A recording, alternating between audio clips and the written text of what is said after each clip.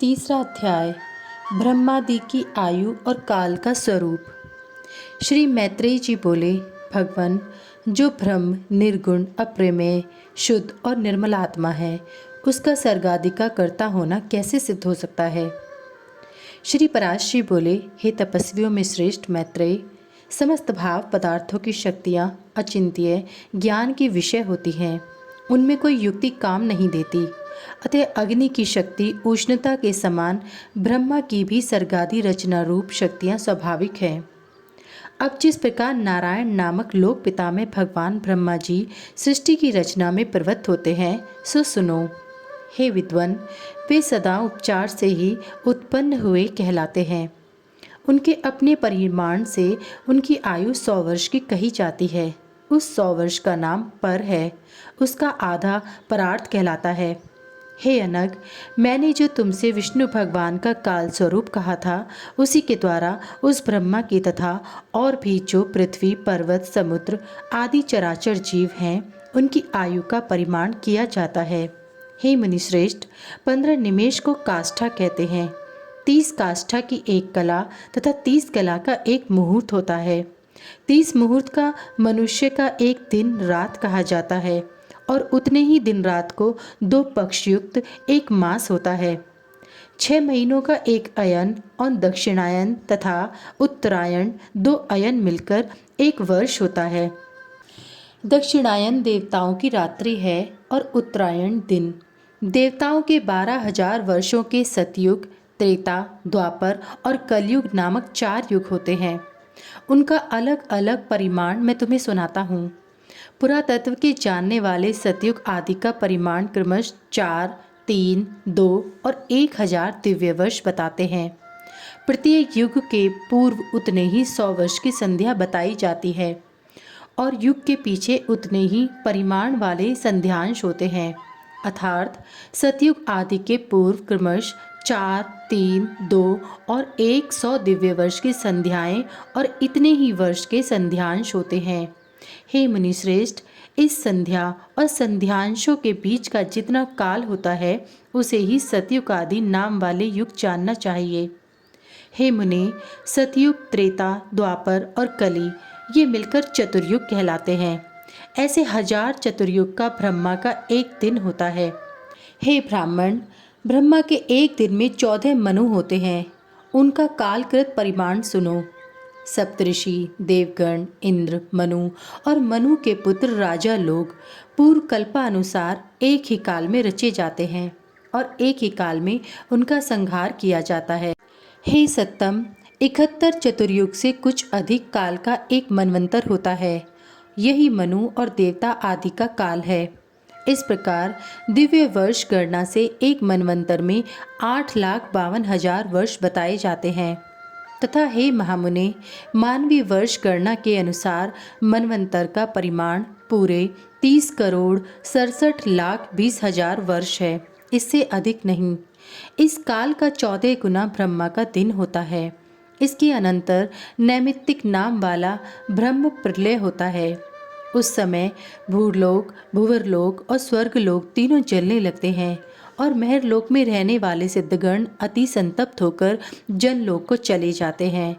इस प्रकार त्रिलोकी के जल में हो जाने पर जनलोकवासी योगियों द्वारा ध्यान किए जाते हुए नारायण कमल योनि ब्रह्मा जी त्रिलोकी के ग्रास से तृप्त होकर दिन के बराबर ही परिमाण वाली उस रात्रि में शेष शैया पर शयन करते हैं और उसके बीच जाने पर पुनः संसार की सृष्टि करते हैं।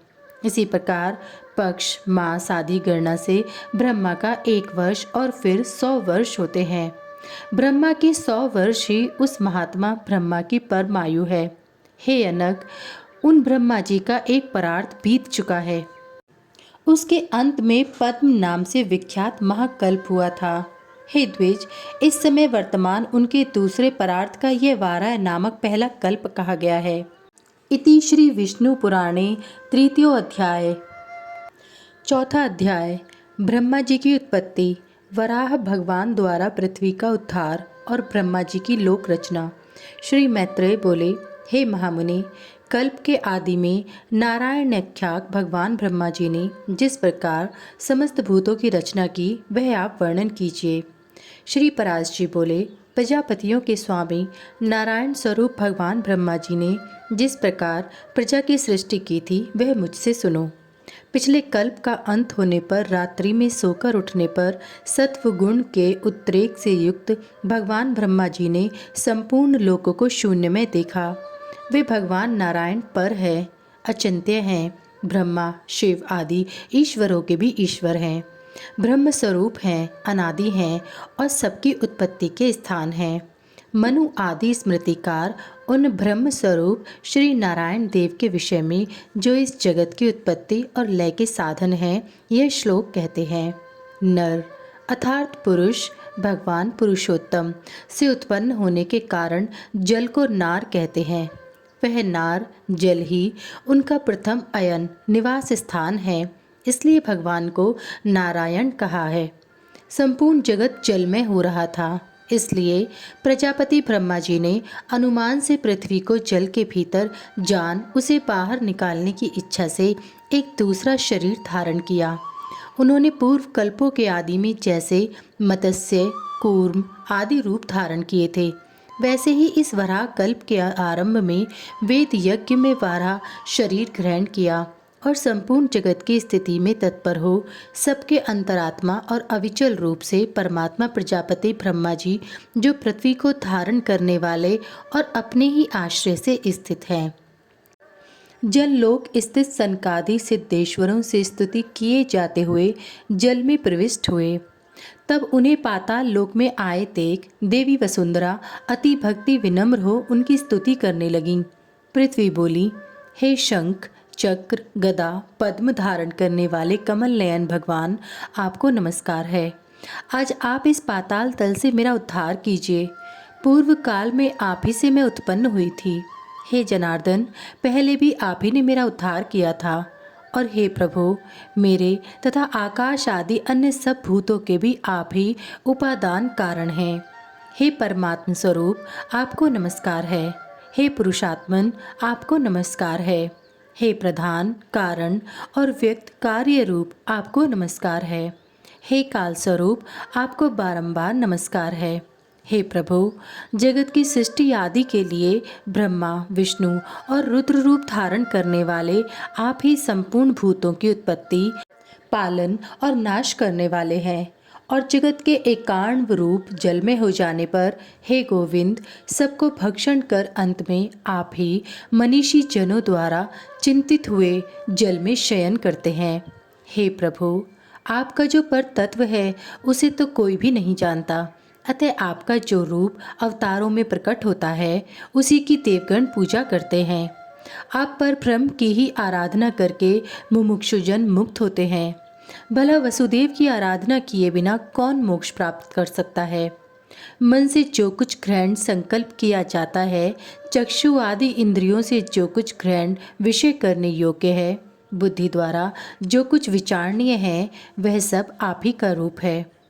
हे प्रभु, मैं आप ही का रूप हूँ, आप ही के आश्रित हूँ और आप ही के द्वारा रची गई हूँ तथा आप ही की शरण में हूँ, इसलिए लोक में मुझे माधवी भी कहते हैं।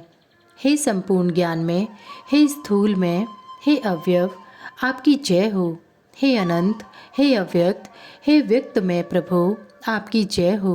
हे परापर स्वरूप, हे विश्वात्मन, हे यज्ञपते, हे अनग, आपकी जय हो। हे प्रभु, आप ही यज्ञ हैं, आप ही वशटकार हैं, आप ही ओमकार हैं और आप ही आहवनियादि अग्नियाँ हैं।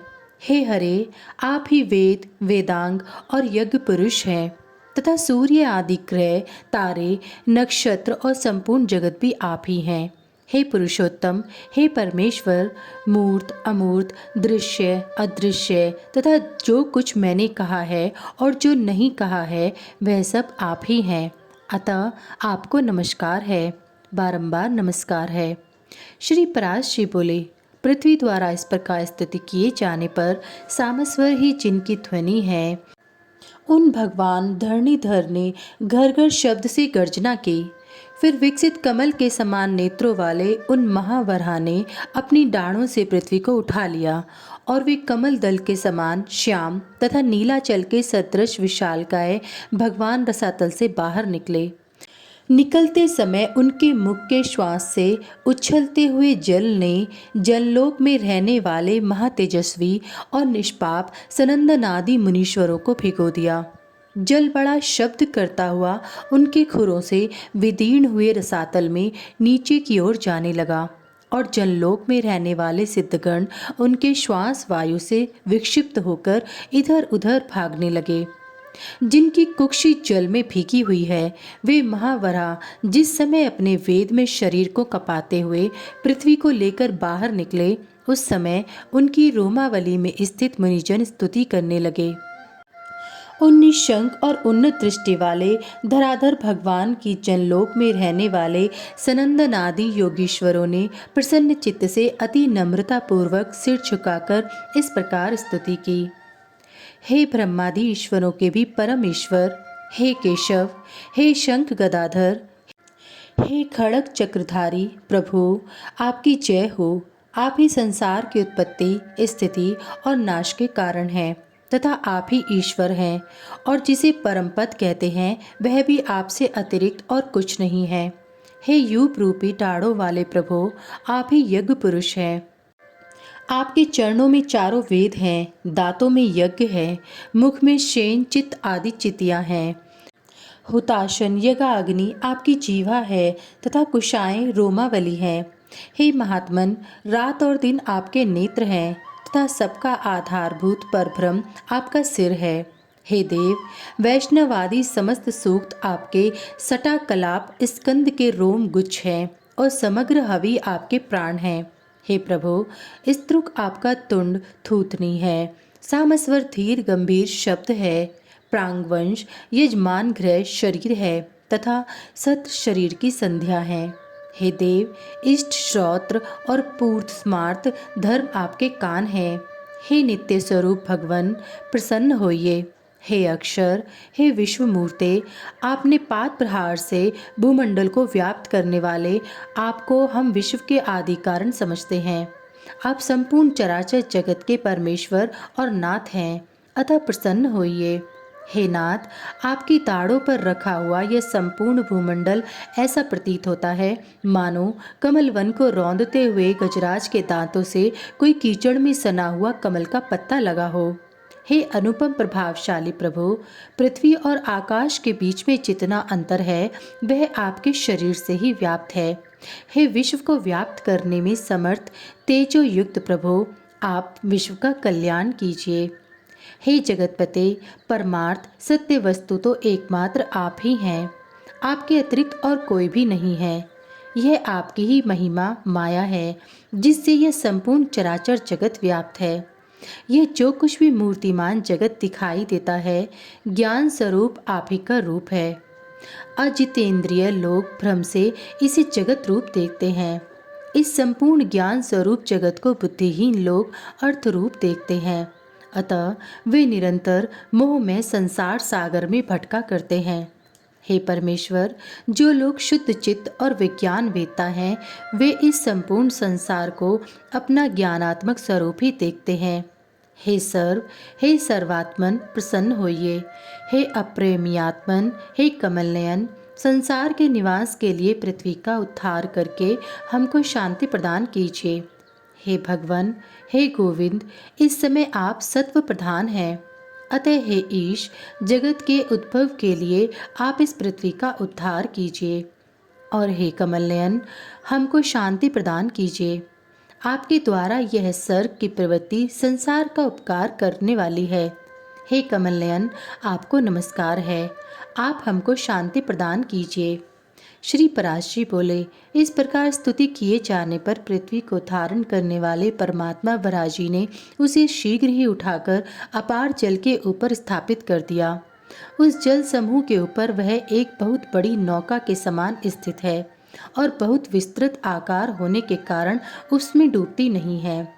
फिर उन अनादि परमेश्वर ने पृथ्वी को समतल कर उस पर जहाँ तहाँ पर्वतों को विभाग करके स्थापित कर दिया। सत्य संकल्प भगवान ने अपने अमोघ प्रभाव से पूर्व कल्प के अंत में दग्ध हुए समस्त पर्वतों को पृथ्वी तल पर यथास्थान रच दिया। तदंतर उन्होंने सप्तद्वीपादि क्रम से पृथ्वी का यथा योग्य विभाग कर भूलोकादि चारों लोकों की पूर्ववत कल्पना कर दी। फिर उन भगवान हरि ने रजोगुण से युक्त हो चतुर्मुखधारी ब्रह्मारूप धारण कर सृष्टि की रचना की। सृष्टि की रचना में तो भगवान केवल निमित्त मात्र ही हैं, क्योंकि उसके प्रधान कारण तो सृज्य पदार्थों की शक्तियां ही हैं। हे तपस्वियों में श्रेष्ठ मैत्रेय, वस्तुओं की रचना में निमित्त मात्र को छोड़कर और किसी बात की आवश्यकता भी नहीं है, क्योंकि वस्तु तो अपना ही परिणाम शक्ति से वस्तुता स्थूल रूपता को प्राप्त हो जाती है। इति श्री विष्णु पुराणे चतुर्थोध्याय।